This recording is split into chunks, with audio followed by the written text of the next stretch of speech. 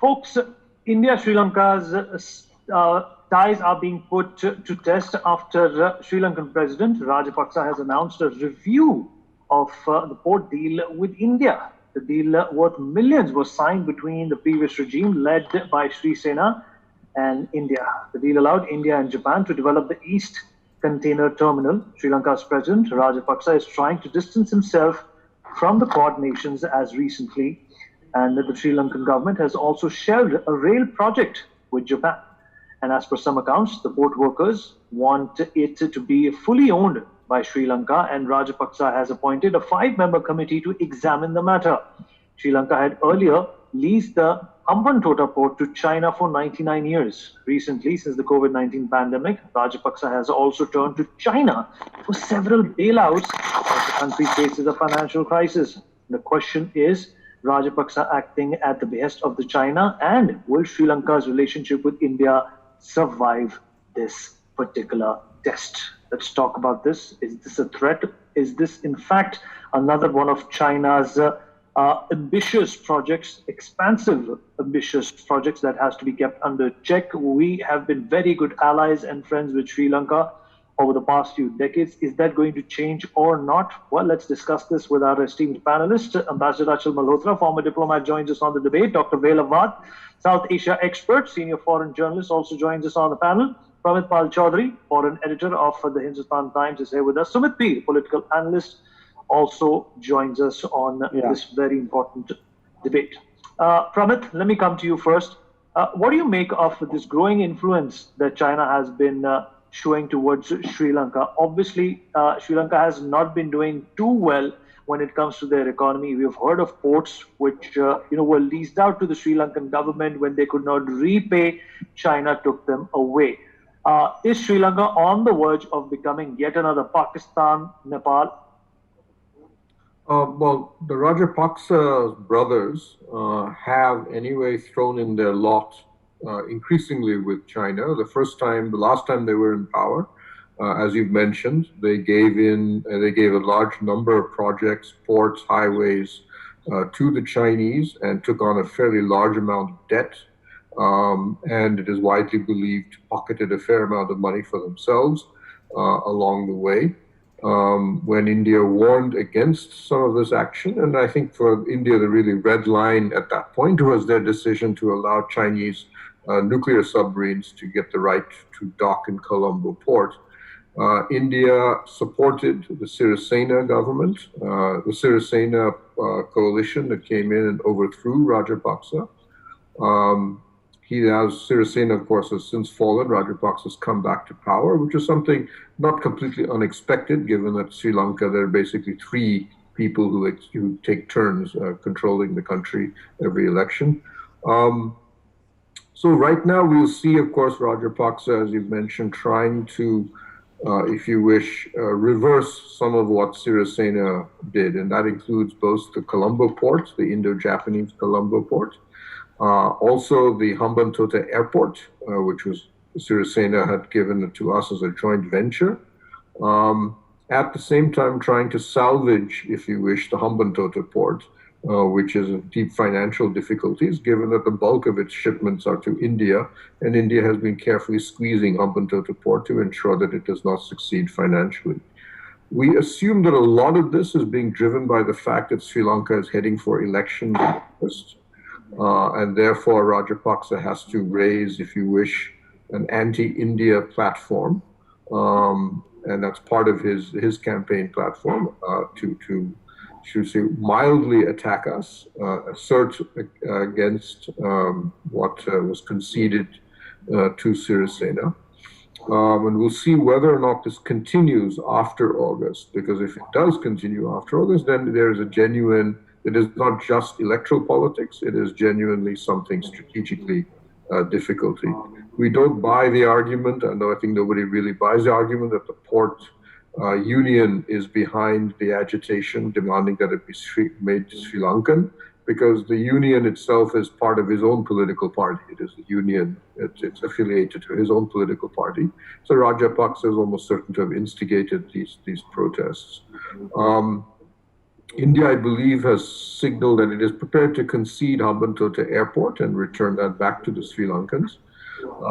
But the still fundamental problem that he faces, as you mentioned, is that the government, thanks to the pandemic, the economy is not in great shape. It has $1 billion in debts to repay this year alone. In fact, I think by October, it has $1 billion. It has over $5 or $6 billion more coming up in the next few years, and it has no capacity to pay any of this off, given the state of the economy. Um, India had attempted to argue we can help you grow out of this debt problem by Chinese and Indian and Japanese investment. For the time being, at least, and I said we'll see what happens after August, he doesn't seem to want to go down that path. Sumit Peer, is it this, or in fact, Sri Lanka is yet again too afraid to upset China? You know, it wants to distance itself from the Quad nations, and it wants to distance itself from any kind of an association, especially in terms of grants and business opportunities. Because it's been too heavily invested in by China, and Sri Lanka does not want to tip off that balance. I think Vinny, the point here is what I've been always trying to make that we have to start factoring in China in everything, anywhere, and everywhere. So what you are seeing here, there are four actors here and there's one director. The actors is first is this Rajapakse, who fought the election on a nationalistic card. It's similarly what Oli is doing in Nepal. He said we'll make Sri Lanka free of everything, will not let foreigners come in, it will be completely run by our own, and we'll even try to take back Havantata port, which is impossible now. Now, now what comes is that after that, there was one I mentioned what Pramit Palji said is that about this Matala airport. Matala airport, Vineet, is the world's lowest inhabited airport. Is that airport in the world with the lowest traffic? First of all, why was that built? Why did you take money from Chinese to build it? How do you want to pay them back? They have no idea to pay them back. So is it a strategy where we are saving? You create a debt, pocket a substantial amount of money for yourself, and then you come up and say, look, how are we going to pay this debt? And let's give one more port, one more airport to India. When India was ready to take 75% of the stake in Matala airport, where is your problem? You don't seem to have a problem. And then comes the COVID. In the time of COVID, you went back to China and they paid easily $500 million. And if you go to the media reports, Chinese can even pay them up to $1 billion. They started counter negotiations with India. Can you pay me more than them, or will Chinese pay me more? Now, very, dramatically, now this trade union comes out of the blue, which is affiliated to Rajapaksa's party. And whenever you see trade unions, whenever you see leftist movements, you have to see the Chinese, very, very clear Chinese hand. Because these are all people somewhere down the line are funded by China. So they come and say, no, we want sovereignty. We want the ports to be run by Sri Lanka. They should be Sri Lankan ports. But the matter of fact remains, sir, all the international ports which have come up in last 10 years are joint ventures. No government owns them. Usually they are in joint ventures. So it is a classical debt trap of China working in Sri Lanka. Now Sri Lanka is bidding against who gives me more money. If you can give me 400 million, what India presumably offered as a currency swap or a soft loan, which was a discussion as per the statement of External Affairs Minister. But Chinese doubled the bid. Okay, we can give you $1 billion. So obviously there are people in this whole game, which is the Rajapaksa clan, which has to benefit somebody. They are orchestrating this. That's why there are four actors. And the director is China. This all is directed by CCP of China. It's very evident and clear, Vineet, because a lot of things what they do not make commercial sense, do not make business sense. When you have 2/3 of your trade with India, what are Chinese going to do there? How are they going to do it? But it begs a very important point that it is time for us to increase our military might in Andaman, because Matala airport looks to be out of parts. Colombo we may not get. But now let's rather put our money on strengthening the Andaman Nicobar, which we have not traditionally done, rather being getting ambitious around Sri Lanka, which might or might not happen, because at the end of the day, Chinese can throw in all kinds of money, and China throws all kinds of money here, but doubles their tax for its citizens. So Chinese living across the world, are supposed to pay now 2 times the tax, the country they are living in and also to China, which looks very disturbing. You have billions to burn, and you are asking your students to pay double the tax. Something is not right in China, Vineet. It is not China, it's their strategy to strangle us, and this is a new reality of life which I have to live with. Ambassador Malhotra, very short and simple question for you. Do you think, sir, that Sri Lanka too is turning into a banana republic under the Chinese rule? Well, Vinit, Let me put it this way. You know, we started our neighborhood policy with a great plan and pa. Uh, it started on a good note, but at the end of the day, I'm sorry to say that somewhere down the line, we have lost sight of it, and we are losing one neighbor after another, and to none other than China. Sri Lanka is one of that. Having said that, allow me to very briefly recall. You see, our relations with Sri Lanka had remained bilateral for many years. You know, they had only bilateral dimensions, where Tamil factor was an important factor. LTTE, Tamil, the devolution of powers to Sri Lankan Tamils. You know, it revolved around those issues. And we had the dilemma of appeasing the opinion in Tamil Nadu here and balancing it out with the Sri Lankan government. Then came the period of Mahinda Rajapaksa's tenure from, say, 2005 to 2015. This is a period when a third factor, it became a trilateral, because China factor really got into our relationship during this period. This was also the period when, the Sri Lankan government had managed to neutralize the LTTE. And Hambantota port was handed over to Chinese. Although there are reports that it was first offered to us and we thought it was not commercially viable, but that's a different issue altogether. Now you see what we did when the LTT was being neutralized, we kept quiet. We remained silent. I think that was probably the right decision. And our being silent has been very helpful to Sri Lankans in eliminating LTTE. This is something which has been acknowledged by them also. But when it came to the issue of violations of human rights in the UN Human Rights Council in Geneva, we voted against. There was a resolution against Sri Lanka for violation of human rights during the last phases, particularly the last phases of the civil war against Sri Lanka, against LTT. So we had voted against that, and we had really given reasons for Mahinda Rajapaksa and the people of Sri Lanka to get upset with. But then there was a change of government. It was during Sirisena and Ranil Wickreme, regime, when some repair was done to the damage already done to the relations, and we were given the Hambantota airport, and we were also, towards the end of the previous government's tenure, this East Container Terminal was given jointly to India and Sri Lanka. So now onward, it appears to be acquiring global dimensions. Like reports are coming in where China is forcing Sri Lanka to decline all assistance, which is being offered by the Quad countries, particularly. They have refused to Japan, they have refused to USA, and now they want us to come out of. They are looking at the possibility somehow to take away this project, which was given, I think, in May 2019 during the last phase of the previous government. And the idea is this is China's way of handling, the manipulating its allies like Sri Lanka to counter the possible influence from the Quad countries. You see, Hambantota airport, all said and done, was as a sort of compensation for Hambantota port. And similarly, this terminal, which is just 3 kilometers from the Colombo city port, given to China, was again a sort of balancing kind of a factor.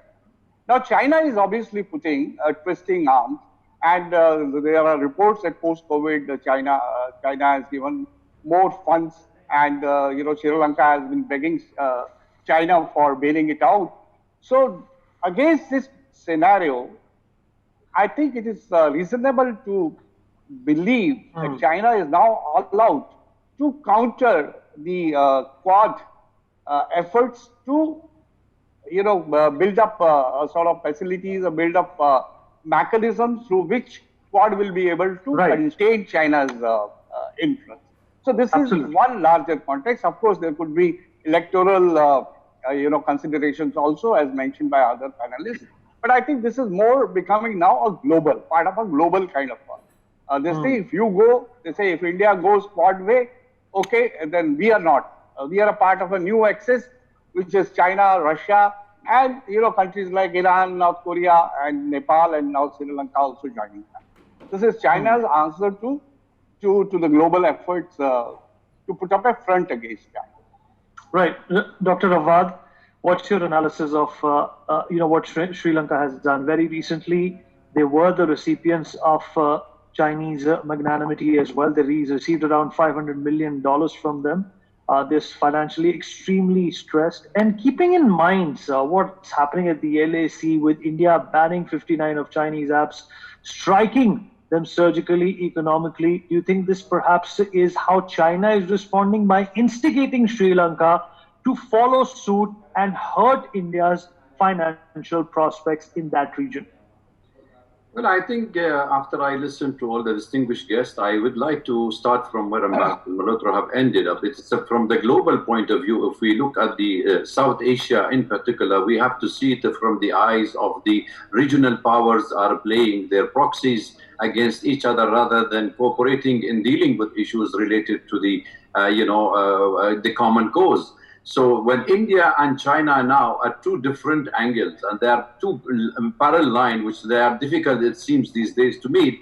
So any movement from the Chinese will be looked in doubt, where India also, we see there are faulty line in India foreign policy toward the neighbors. It's been seen in the foreign eyes that India have neglected the neighbors for so many years, not only because of the leniency toward the neighbor, where they always look at India in a hegemonic eyes that India is having, being the bigger, they expect the bigger, larger country to pay more to them. So that the Sri Lankan are part of the Silk Route of the Chinese, where they have already got through the Maldives, through the Sri Lanka, to Bangladesh, into Pakistan, and toward Afghanistan, and so on and so forth. So therefore, there is a line drawn by the Chinese for their own policy toward this, which also fall on the line of containing India. Taking the small neighbors of India toward the Chinese interest is definitely, in the long run, it may hurt India's national interest as well. So I think this is one of the way of looking at it. India always bank on the historical ties between Sri Lanka and India, which goes back to more than 2,500 years, and there are already security, military, intelligence, and India always, the trades have been tripling every time with the Sri Lanka.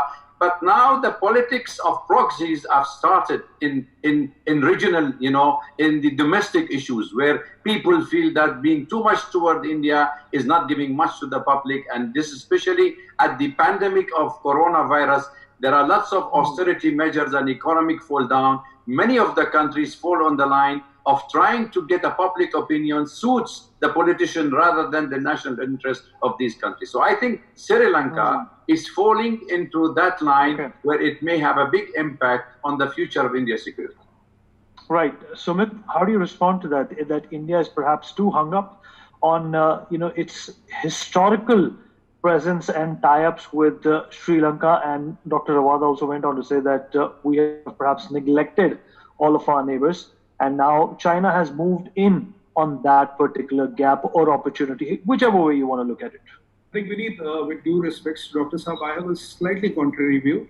You have to see this in the perspective of the changed global geopolitical scenarios. See from WHO, Dr. Tedros, then see to KP Oli in Nepal, and see to Rajpaksa in Sri Lanka. Don't you see a pattern? This is done by a country called China and its ideology, CCP, wherein they have found all kinds of ways to take control. It might not be direct, it might be. So now they've opened a bazaar. Everything is up for sale, and whoever, they are the highest bidders. So, corrupting people, violence and all are accepted statecrafts and communism, and we are seeing them happening around because India is the biggest stumbling block for China's dominance over in Asia. Forget the global dominance. They have to first dominate India, and India is the biggest stumbling block. So they will go all out, Vineet. They will try all tricks in the book to, triangle us and all. Because what I tried to explain with my first argument was this does not make strategic sense. If you have one project from India, you must have one project from China. You should de-risk your thing rather than are you creating those debt traps? Is the governments of the day or those countries helping to create those debt and go to the people and say, look, we don't have an option. We have lost all the money. Let's give one more port. Let's give one more airport. If we're giving Matata Airport, we're paying around a few $100 million for them, which would have eased the debt from, from China. Why didn't they take it? If we were ready for a $400 million currency swap or a soft loan, why didn't they take it from India? Why this China fantasy? Because there are people beneath. I would like to go on air saying that people in these dispensations are getting personally benefited from this. But these people and the countries have to watch one thing. China's domination is not political. China's domination is not only economical. China's domination is also ethnic. Now there will be a time these guys in these countries will be forced to marry their girls to Han Chinese. And that is where the DNA engineering and all will start. So are you going to lose politically, economically, and also ethnically? There might be no Sinhalese identity after 10 years down the line. And we have seen this happening in Balochistan. We have seen this happening in Tibet. Am I alleging this? These are hard facts. We have debated on numerous times. It is the ideology of China's Absolutely, Sumit. And Sumit, one last point is also that, China and Pakistan are hand in glove. And Sri Lanka has been one of the latest victims of a very brutal terrorist attack. And for that reason, too, they should perhaps try and reconsider their proximity with China, because being close to China, Sumit, is like being close to Pakistan. For more such videos, subscribe to the NewsX YouTube channel, hit the bell icon.